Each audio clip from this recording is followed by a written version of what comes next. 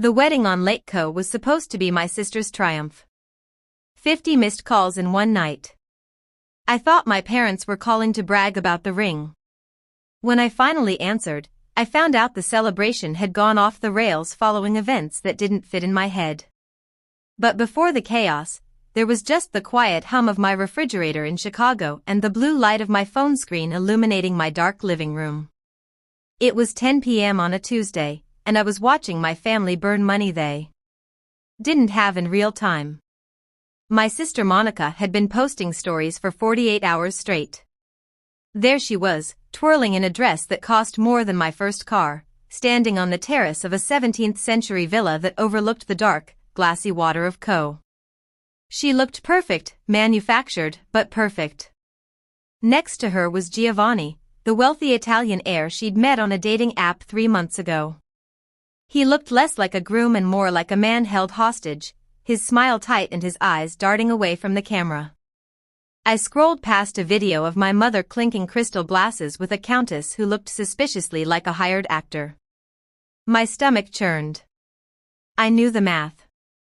I was a senior financial analyst. Numbers were my language.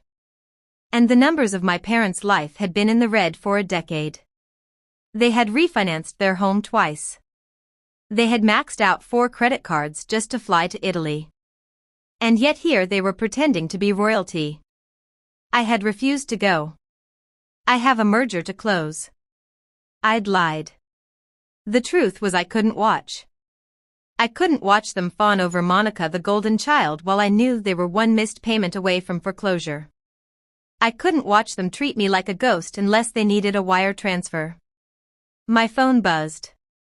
A text from Mom. Maddie, sweetie, the caterer is being difficult. His card machine is down.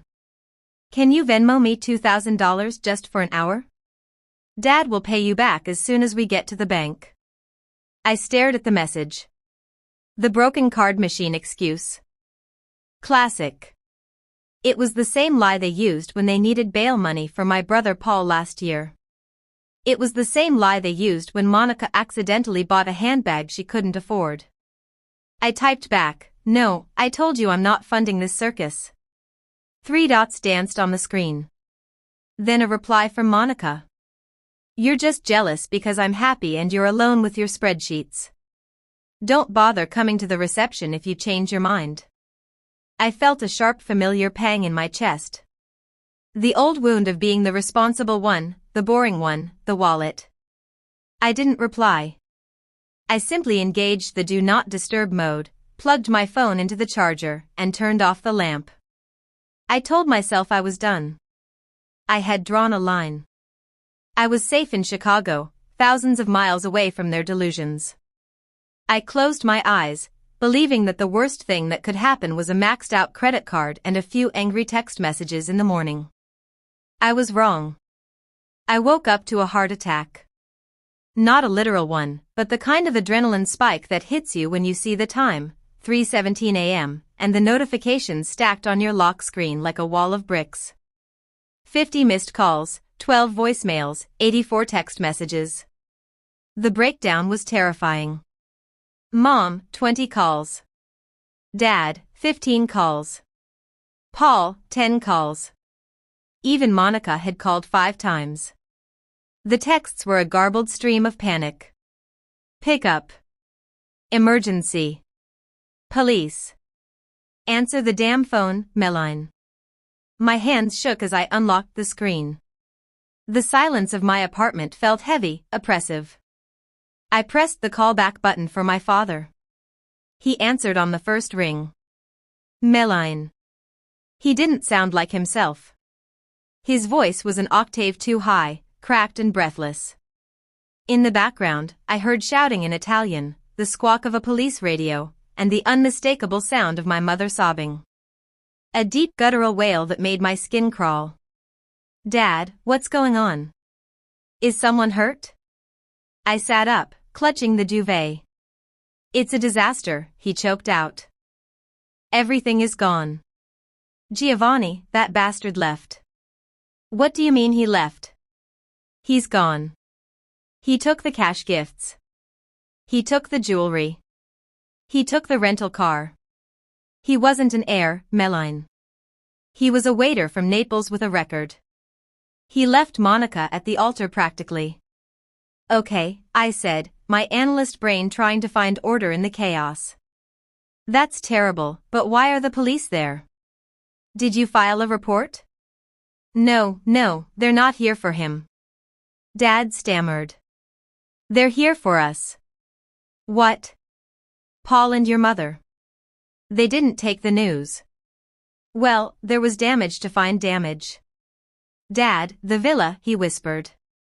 They started throwing things, expensive things, a statue, some paintings. The owners called the carabinieri. They've arrested Paul.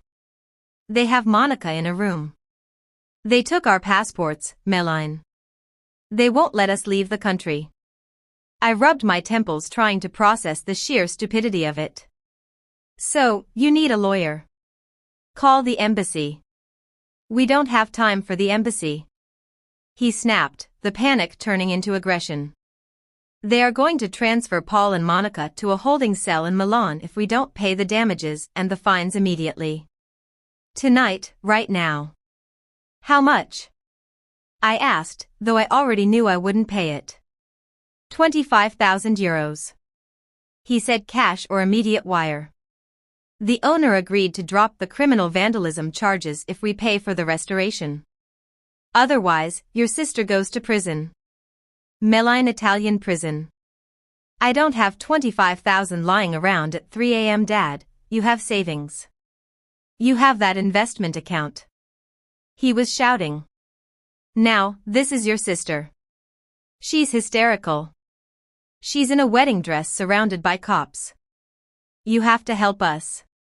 We are your family. I told you I wasn't paying for this wedding, I said, my voice trembling. I told you it was a bad idea. I told you, Giovanni looked shady. Stop lecturing me, he screamed.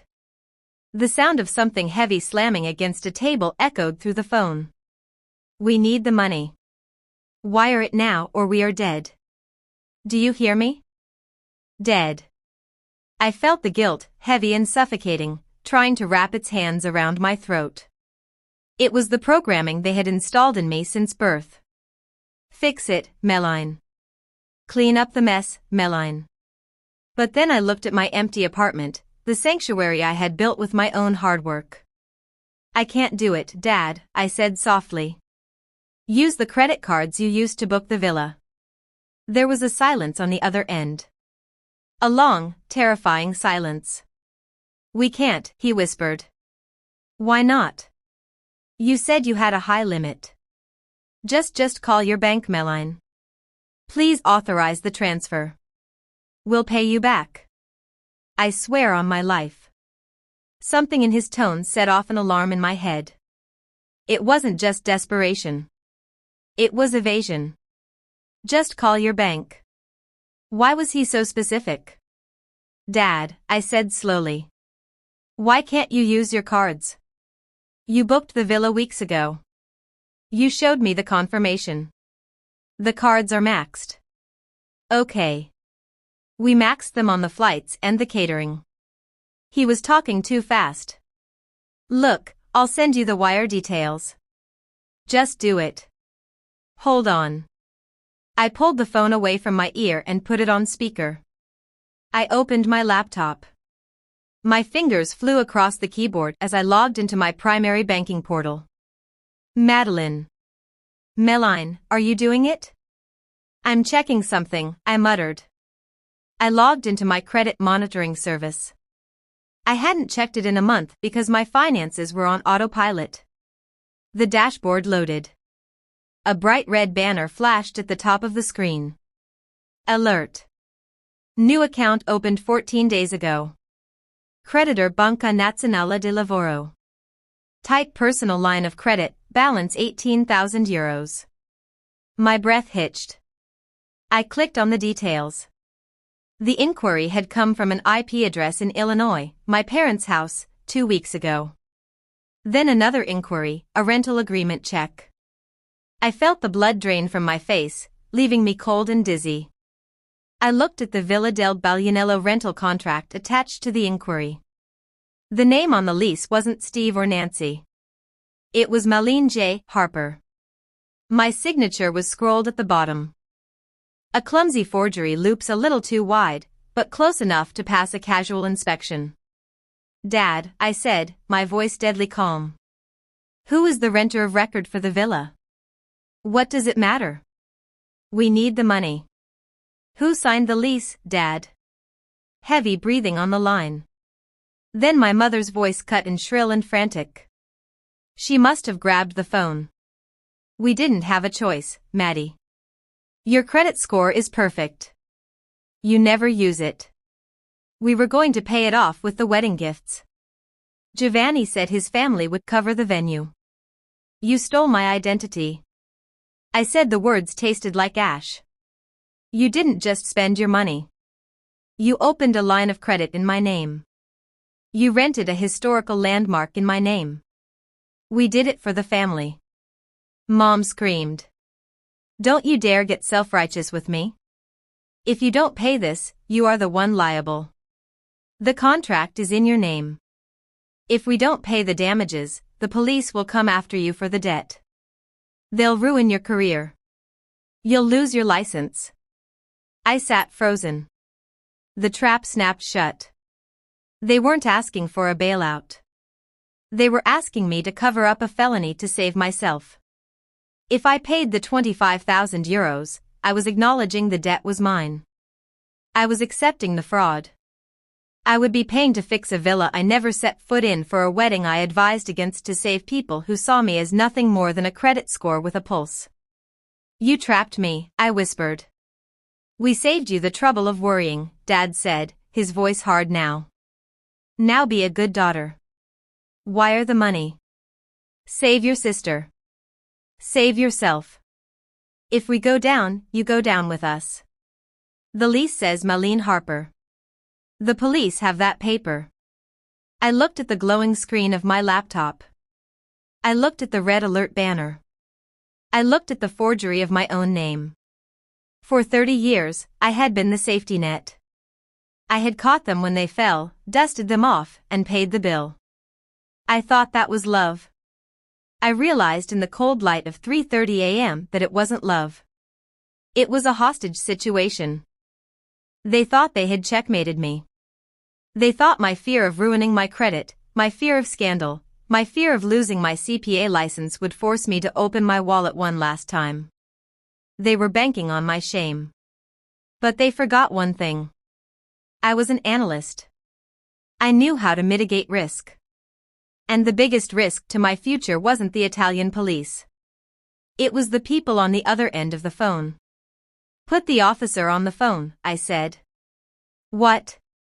Dad asked, confused. You want to talk to the police?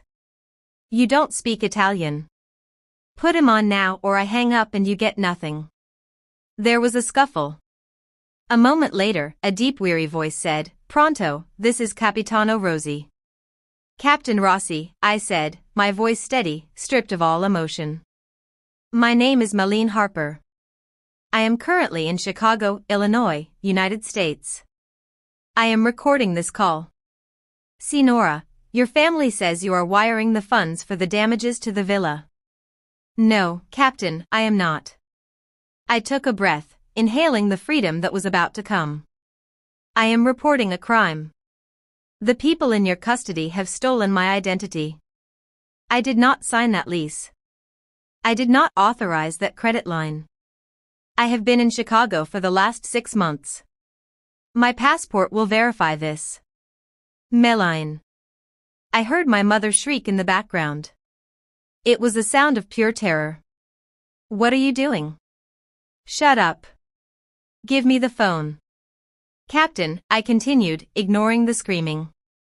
I am contacting the U.S. consulate and my bank's fraud department immediately to flag these transactions as criminal activity.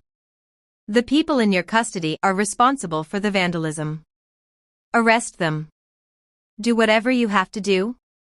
Malene, please, Dad was begging now, sobbing brokenly.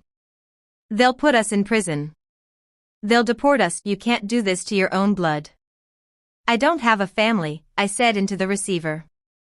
I have a fraud case, understood, Sonora, the captain said. His tone had shifted from annoyance to professional alertness. We'll proceed with the charges against the individuals present.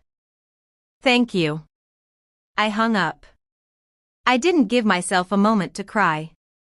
I dialed the 24-hour fraud hotline for my bank.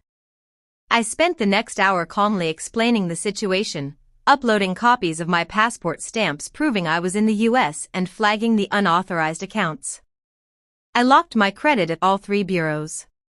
By the time I finished, the sun was beginning to bleed gray light through my blinds.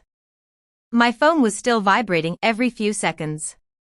Texts from my cousins, my aunts, my brother. How could you? You monster. Mom is fainting. They are putting handcuffs on Monica. I didn't read them. I selected select all in my contacts list. Mom, Dad, Monica, Paul, and every flying monkey they could possibly recruit. I pressed block. The silence that followed was absolute. It was the most expensive silence I had ever bought, costing me a family I never really had. I walked to the window and watched the city wake up. Somewhere in Italy, my sister was likely sitting on a metal bench in a ruined wedding dress, facing the consequences of her life for the first time. I went to the kitchen and made coffee. I drank it black, standing alone in my quiet, paid-for apartment. It tasted bitter, hot, and incredibly